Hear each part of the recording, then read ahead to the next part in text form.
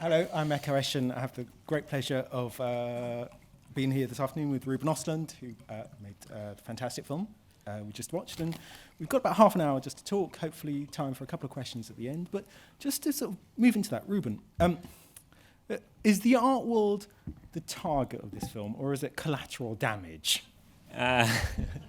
No, I think it's more of the later. I mean, it's the backdrop of trying to tell this thing. I can tell you the starting point of this project was that me and a friend of mine, we came up with this idea about creating a square that should change the social contract in public spaces. And the reason that we did this was because I was working on a film that was called Play. And Play was about a group of young boys that was robbing other young boys in the center of Gothenburg, where I live in Sweden. And the film was inspired of these events, the true events. And when I read through the court files of these events, you could tell that the bystander effect, I don't know if you're familiar with the bystander effect, that we human beings have a very hard time to take responsibility when we are in public spaces. We are always thinking, well, I'm here, but that guy is closer, or she's closer. She should do something, not me. And we get paralyzed. We get paralyzed also because we get scared, of course. And these robberies could take place in a mall in the center of Gothenburg with adults just 1 meter away. You know, they were just passing by the robberies, but they didn't do anything. There was no interaction. And the kids didn't ask for help either. So we came up with the idea that we should create like a symbolic place where we can change the social contract of these of our behavior. And I think that we were inspired of a pedestrian crossing. A pedestrian crossing is a beautiful human invention. With a couple of lines in the street, we have managed to create a social contract that the car drivers should be careful with the pedestrians. It's not in all countries that they respect this as much as they do in the Swedish and the Scandinavian countries. For example, I was in Paris yesterday, and they didn't understand what I meant when I said that. But at least in Sweden, we respect the rules of the law and the rules of traffic. Everybody's driving on the right side of the road. When you think about it, that is kind of extraordinary. That we have such a strong agreement on how we should behave when it comes to traffic. And in Sweden, we actually changed from left-hand traffic to right-hand traffic during one night, 1967. Can you think of that we get out, okay, everybody in Sweden, tomorrow we're going to change to right-hand traffic. And there were less accidents the following weeks than in a very, very long time. So these like common agreements that we can create, these social contracts that we can create, that is actually changing our behavior. That was the starting point of this idea. And then we got invited to an art museum to do an exhibition about this. And at the same time, I was writing a script. So that's why. So I mean, this is an important point. So the square, as seen in the film, is a square that you created in a museum in Sweden, along with, even as we see in the film, this thing where you enter and you have to choose whether you trust people, whether you don't trust people. What was, and this is before the film, or as part of the process of making the film? It was part of the process, I would say. And what did you learn then from creating the square for real? Well, then I learned a lot about the contemporary art scene. Wow. And I learned a lot about these institutions. And for example, I was traveling to many different contemporary art museums to see what they were doing there. And I saw pretty much the same, I felt, in these museums. There was like a neon sign on the wall. There was a Giacometti. There were a couple of objects on the floor. And I actually felt that the audience that was walking around there, there was no connection between them and the art pieces. And the art pieces didn't have any connection with the world outside the walls of the museum. And then, of course, people in the contemporary art scene, they are free to defend themselves and tell me what they like, you know. But really, I felt that the contemporary art scene is so much about collecting pieces that have a value, an economical value, and you are exhibiting things that are like part of a collection. But or the art scene is not used that much when you come to these museums to try to explore who we are as human beings, what kind of society we want. And this fall I went to, for example, FIAC is the biggest art fair in Paris. And what I see is it's interior design for rich people. And I don't think anyone would object if I say this, because that's what it is. And I think it as well that I think it's very important that we directors and people that are in the movie industry are self-critical and we dare to look at ourselves. What are we dealing with? In which way are our movies creating a behavior? Because movies create behavior, art creates behavior, everything creates behavior basically, and therefore you also have to dare to look critical on yourself in the art arena also. But I can tell you a little bit more because it's quite fun. That first text that Elisabeth Moss is reading for Claes Bang's character, the exhibition, non-exhibition, blub, blub, blub. It was actually a professor at the fine art department of the university where I'm a professor at the film directing or the film department. And one day he had sent out this text to all the teachers in the school, and I thought it was hilarious. And I tried to read it, and I tried to understand what he meant, and I stole it, and I put it into the film, and I have still not asked for permission. But he pretends that he have not written the text nowadays. Well, I mean, look, also, there are a number of other works, the artworks in the film, they are borrowed or referenced from real life, from real artworks, from the piles of gravel, even to not the nature, but even the performance at the center of the film is inspired by this old Kulik piece. But the mirrors and piles of gravel is, Robert Smithson was a great artist, actually, I would say, during the 70s. He had some really, really great ideas. And then we have the performance that is an actor called Terry Notary.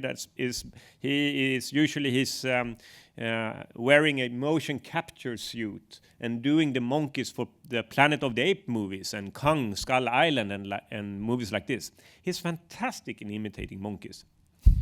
There's a YouTube clip that you can look at that is Terry Notary monkey imitation or something like that. When he has his arm extensions and he's like, okay, this is a chimpanzee. And he walks exactly like a chimpanzee. And then he says, this is the gorilla. And he does an imitation that is like exactly like a gorilla. And it's so beautiful to see the body movement.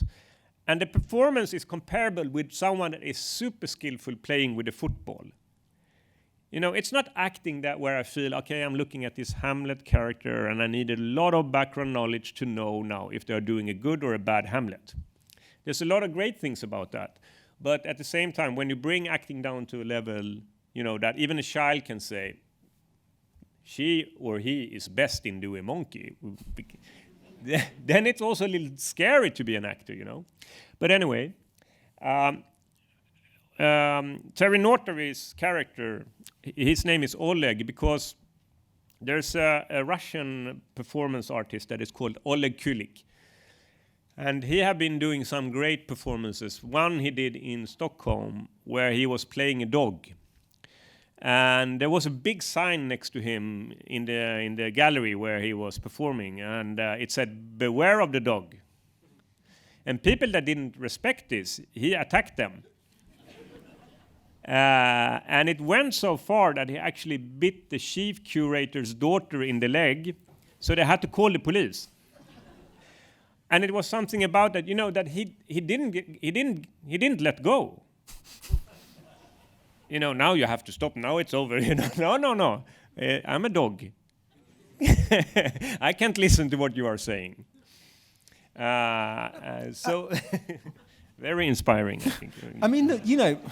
The film looks at all of these things. And as you said, the art world's not so much the target.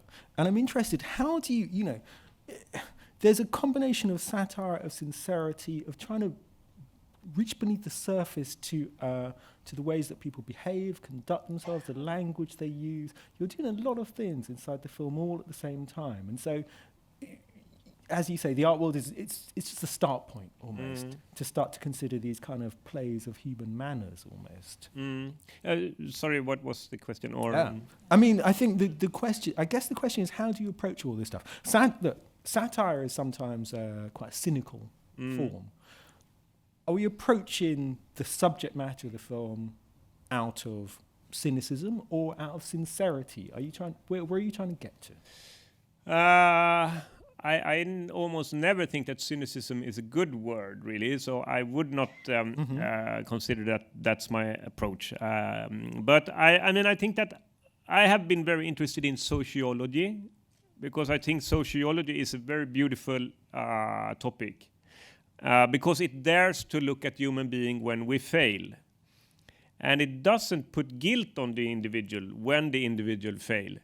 So for an example, all of you probably have heard of the milligram experiment, when you're giving electric shocks because an authority is telling you, give more, and you actually go up to a deadly dose. And very few of us have the strength to say, I won't do this. And then a sociological way of looking at that is, we are trying to understand ourselves by looking when we are failing. And I think when I'm doing the scenes that is in my films, for me the film have a very simple structure that I can talk about later on, but it is, I identify with Christian, the main character, quite much. I identify in his way of talking about the square as something that he believes in, or these humanistic values that he believes in, as most of us do. And then I wanted to challenge myself on an individual level. So when it comes to have this idea about society, when it becomes complex, when it becomes hard, is when I'm put into a dilemma. And a dilemma is something that is super efficient if you would like to do a movie or whatever. A dilemma is when you have two choices, two or more choices, but none of them are easy. And it's easy to relate to, and we understand it's hard to handle. And then I'm looking for situations where I feel I'm pushed into a corner because I don't know what would I do now. So that's what I'm constantly are doing with him, pushing him into a corner, pushing myself into a corner, trying to question my actions, what I would do, in order to mirror something back to me. And of course, in the same way, trying to mirror something back to the audience. So sometimes when we're also talking about some directors, or I also often hear that, what a cold, horrible world and things like that. I think it's also because we're talking about a certain kind of tradition when it comes to cinema. We are very used to an Anglo-Saxon dramaturgy where we have a protagonist and an antagonist, and we already have said very clearly from the beginning, the protagonist is the one that is standing for the right beliefs, and the antagonist is for the wrong beliefs. So everything is set. And now we should just follow if the good will win against the evil. And as soon as we meet movies that maybe don't want to deal with that kind of setup, then it's a cold, cynical way of looking at the world. I'm not saying that I'm exaggerating now also, but sometimes it's actually also about a certain kind of style. Well, I mean, let's talk about style or structure. In as much as the film has these kind of moments, these scenes, they move from one to the other. They're not necessarily all connected up. You know, how deliberate is this process of trying to open up how you show and tell this story? Well, I think that when it came to writing this film, it was so much harder than writing Force Majeure, for an example, because then it had a very simple setup that was easy to use. And this film is like, okay, how do you try to tell something about these questions today? And there's such a wide topic. And I was starting to collect scenes to put it in that I thought had something to do with this. And for an example, the chicken ciabatta scene. When the beggar goes, chicken ciabatta, please. That was something that my ex-wife told me. and she was like giving to someone every day that was sitting outside her building. And then one day, I don't have any cash. Can I buy you something? And yeah, chicken ciabatta, please. And suddenly she was like, the status was changed. You should stay on your position down there because I'm giving you. And it was saying so much about giving and taking in these positions of a beggar and a giver. And so I was looking for a lot of scenes like this. And I didn't have a clue how I should solve this film. I was writing on it so long. And but everything came together when I came up with the idea, or if I don't know if it was someone else, but the idea of the PR agency came up. And I loved the idea. You know, we have this humanistic art piece, this altruistic idea that should be promoted. And the PR guy says, I'm sorry, you know, everybody agrees, so there's no conflict. So no one will write about this. And what they do is like a very cynical YouTube video in order to get attention, so they can talk about the things that they want to talk about and get attention. And they succeed.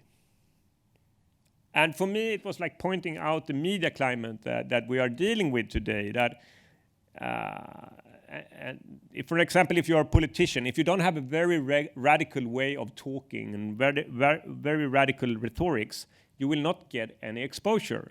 If you don't get any exposure, you will not be elected. And then I could build the film around, okay, what's going on in the museum with the PR agency and the way of promoting this idea. And then we have the things that Christian himself, the character, is experiencing. So it's basically the film takes place in these two layers. So I mean, it feels almost like you're thinking aloud through this process, through some of the dilemmas that Christian is faced with, through these kind of unbalances of power and of social responsibility. Like, did you feel like, look, this is a complete work, or this is a work that is about the material in it?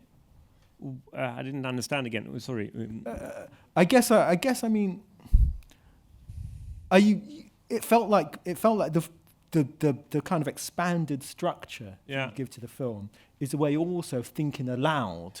About when I'm talking about it, yeah. you mean? When the film itself is going, like. I mean, one thing I think that I can talk about every single scene and the idea I have had with it, and then I mean I also love to pitch my films. For example, I could pitch my next film for you later on here, and tell you the ending also, because I don't think the ending, it's not what will happen that is interesting, it's what it looks like when it happened that is interesting. But so I don't know, maybe that's what you feel when it comes to the film. But I was thinking one thing when I was thinking about Christian, and one thing that I also did when me and Claes was talking about his character, was that he had to learn what it is to be a chief curator. That what was his, how do you say, work that he did before the shooting. Get as much knowledge as possible what it is to be a chief curator, and which strings that are attached to you. What are you trying to handle?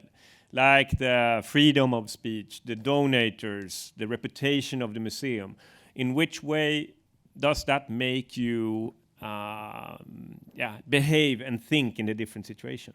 So I agree that he's very lone in his position. And when he's trying to stand up for art, or the idea about art, his boss that is above him doesn't care about art at all. Or him. She cares about the donators. And she cares about keeping the donator coming to the museum, and therefore the reputation of the museum is important. So I agree. And for me also the idea of Christian was a little bit, you know, that he doesn't take responsibility of his actions when it comes to this boy, but when he loses his job, in some ways he's also free. So, and that's the first time when he actually, okay, now I can take consequences of my actions, but then the moment is over. So the boy is not there anymore. So that was the idea. Well, I don't know if you know about an artist that is called Julian Schnabel. Because Julian Schnabel, where are you? I can't see you. There you are. Okay. I had a YouTube clip of Julian Schnabel that I thought he's so ignorant in that clip.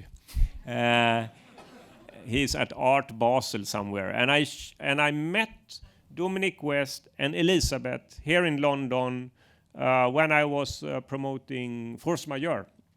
And I did impros with them. And actually I tried out Dominic for the main character, and he did it in a very beautiful way. But I wanted him to be Scandinavian. So I wanted to use Dominic in some way, and then I found out that he could play this Julian Schnabel character. And we had a lot of fun shooting that scene, or both of them, because also he's such a, Dominic himself is very, he's a super sweet guy, but at the same time he has the attribute of being a very high status person. And my goal in every scene was, of course, to push him then. And with this Tourette syndrome guy in the artist talk, and also during the monkey performance. And yeah, I can only say that I think he's a very, very skillful actor. And then Elisabeth Moss and me, we did what I do when I'm doing the casting. I'm doing a lot of the impros together with actors. For an example, when I'm playing, when Elisabeth Moss and me did the impro, then I was playing Claes' character. So she's saying to me, so how do we solve this? And then I'm trying to defend myself. Well, solve what? And then when I'm trying out Claes, then I'm playing Elisabeth's character. And Elisabeth is a very, very intelligent actor. For an example, in the condom scene, when she gets the condom and puts it in the trash bin, and then she starts walking out of the room, the last steps she takes before she is leaving the screen is like, and that points out her intelligence of understanding the setup. And using the setup and turning over the setup again. So from the beginning, I didn't want to have an English-speaking actress or Dominic, really, but they were so good, so I had to accept to bring in some English. Can I selfishly ask, the chimpanzee? Yes. Okay, again.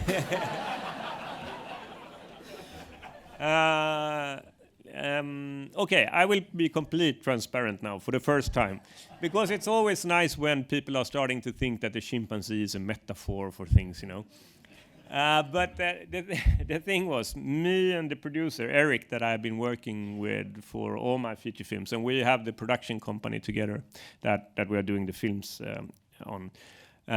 We read through the script like a month or so before we were supposed to start the shooting. And it felt like something is missing. And we went away to a little resort where we took a hotel room in a village that is a little bit away from Gothenburg, where we live. And we were sitting there and trying to figure out what is it that is missing with this script. It's something that feels it's too safe and secure, and it's like, if I would be the audience, I would look at it and I would understand how it's told, and then I will never be surprised. And we were trying a lot of things, But just before we were supposed to get on the train and going back to Göteborg, then but maybe Anne has a chimpanzee at home.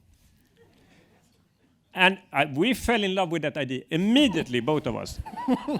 We were like, oh my God, I'm so grateful that we got this idea that solved the film.